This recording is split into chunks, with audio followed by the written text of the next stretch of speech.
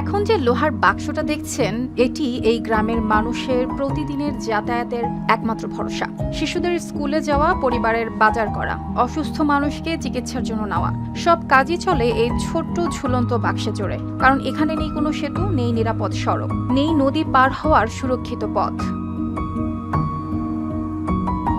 আফগানিস্তানের নুরিস্তান প্রদেশের পাহাড়ি পারুন জেলায় এমন ঝুঁকি নিয়েই চলছে মানুষের জীবন। চারদিকে উঁচু পাহাড়, নিচে প্রচণ্ড গতিতে বয়ে যাচ্ছে খরস্রোতা নদী। আর সেই নদীর ওপর টানানো হয়েছে একটি তারের সঙ্গে ঝুলছে ছোট্ট লোহার কার। স্থানীয়দের কাছে এটি কেবল কার, তবে এতে নেই কোনো মোটর, নেই স্বয়ংক্রিয় ব্যবস্থা।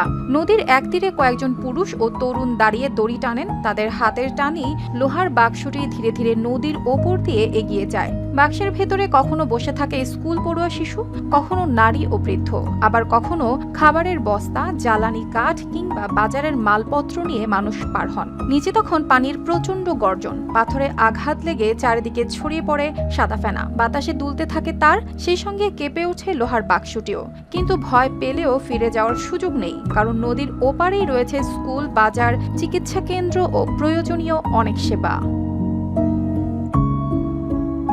স্থানীয়দের ভাষ্য অনুযায়ী প্রতিদিন শত শত মানুষ এই ঝুঁকিপূর্ণ পথে নদী পার হন। স্বাভাবিক সময়েই যাত্রাটি কঠিন, আর নদীর পানি বেড়ে গেলে বিপদ আরও বাড়ে। পাহাড়ি ঢল নামলে পানির স্রোত ভয়ঙ্কর হয়ে ওঠে, তখন শিশু ও বয়স্কদের পারাপার আরও বেশি ঝুঁকিপূর্ণ হয়ে পড়ে। গ্রামের মসজিদের ইমাম জানিয়েছেন, বিকল্প কোনো পথ না থাকায় মানুষ বাধ্য হয়েই এই কেবল কার ব্যবহার করেন। প্রতিদিন শিশু, নারী ও বৃদ্ধদের জীবনের ঝুঁকি নিয়ে পার হতে হয় এই নদী।